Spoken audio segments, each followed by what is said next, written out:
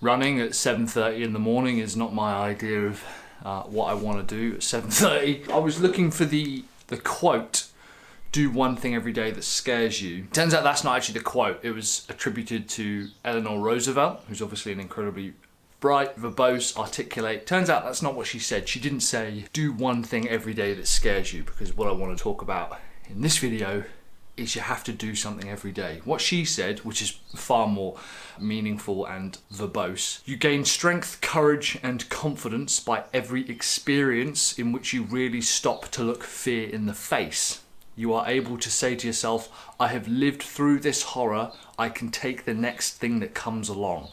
You must do the thing you think you cannot do, which essentially boils down to facing your fears. And the reason I wanted to talk about this is because no matter how strong, disciplined, motivated someone looks to be, or you see them as, they are themselves always battling an internal fear or a lack of motivation or a desire to not do something. One of my values, mantras, whatever, is it's not worth doing something unless you're going to do it 1,000 times. Don't do something once unless you're going to do it 1,000 times. And this is true, I think, of everything. If you're going to pick up a new habit, if you want to do something, there's no point in doing it unless you're going to do it 1,000 times. Which is also one of the reasons why I exercise in the morning.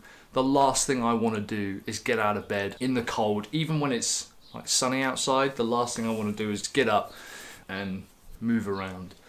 But I believe that following with Miss Roosevelt's quote, because I don't want to do it, that's why I have to do it. And I think we all do. When I sit down at my desk with some more, words to write for the books or to a blog post, and the reason I'm doing more of these videos is because I become very uncomfortable with them. I don't like filming. I don't like filming myself. I find it awkward. I find it embarrassing. So to me, the practice becomes do it every day. Face that thing every single day. And if you can face it in the morning, the rest of the day is yours. You have conquered the rest of the day. Mrs. Roosevelt was obviously, incredibly intelligent and articulate.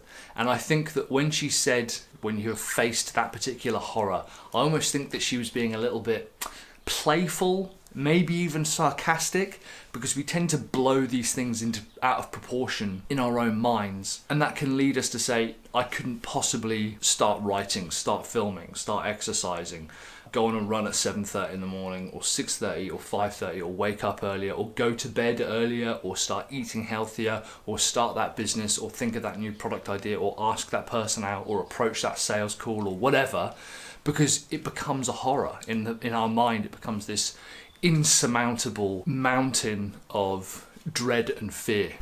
Whereas in actual fact, once you've done it, you think, that wasn't that bad. It wasn't as atrocious as I thought it was going to be. It wasn't as awful as I thought it was going to be. It was completable and doable. And this is why I think it's important to do it every day as well, because you're not necessarily conquering the mountain every single day. You're just knocking off a few steps. I always use the analogy of carving steps into the side of a mountain for achieving a goal. That's borrowed/stolen from Roald Amundsen, who was the first person to reach the South Pole. He knew what a task that was. It's not just the distance, it's everything about it. He got there and back with no loss of life, no casualties, and it's because he just clocked off 20 miles a day. Now 20 miles is obviously a fair chunk, that's a big distance. But comparatively, Scott, who he was going against, was actually doing more on some days. But the difference is that Scott only did it on days that he felt were good, like good weather days and when the crew was up to it. On all days, Raoul did 20 miles. No matter what the weather was, storms, ice, sunshine, clear, rain, whatever. Rain? You get rain in the South Pole? Raoul Amundsen understood the importance of clocking it off every single day, which is again why I think you have the opportunity to do something every single day, because you can break it into much, much smaller chunks. It's actually more effective doing something every single day in small chunks rather than trying to do it all in one day. it would be impossible for me to take all of my exercise and just do it on a Saturday. I actually, you wouldn't get the benefits of it.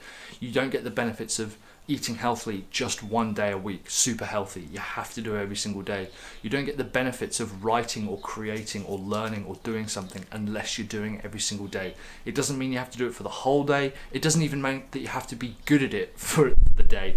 It just means sit down, do the thing, face the fear, look the horror in the face first thing in the morning, and just do it. Don't even feel that you have to fight it and say, I'm going to do this. Just start moving, just start doing it. That's why I do this every single day. That's why I'm filming more often, because I want to get over that horror that I've built up in the back of my mind.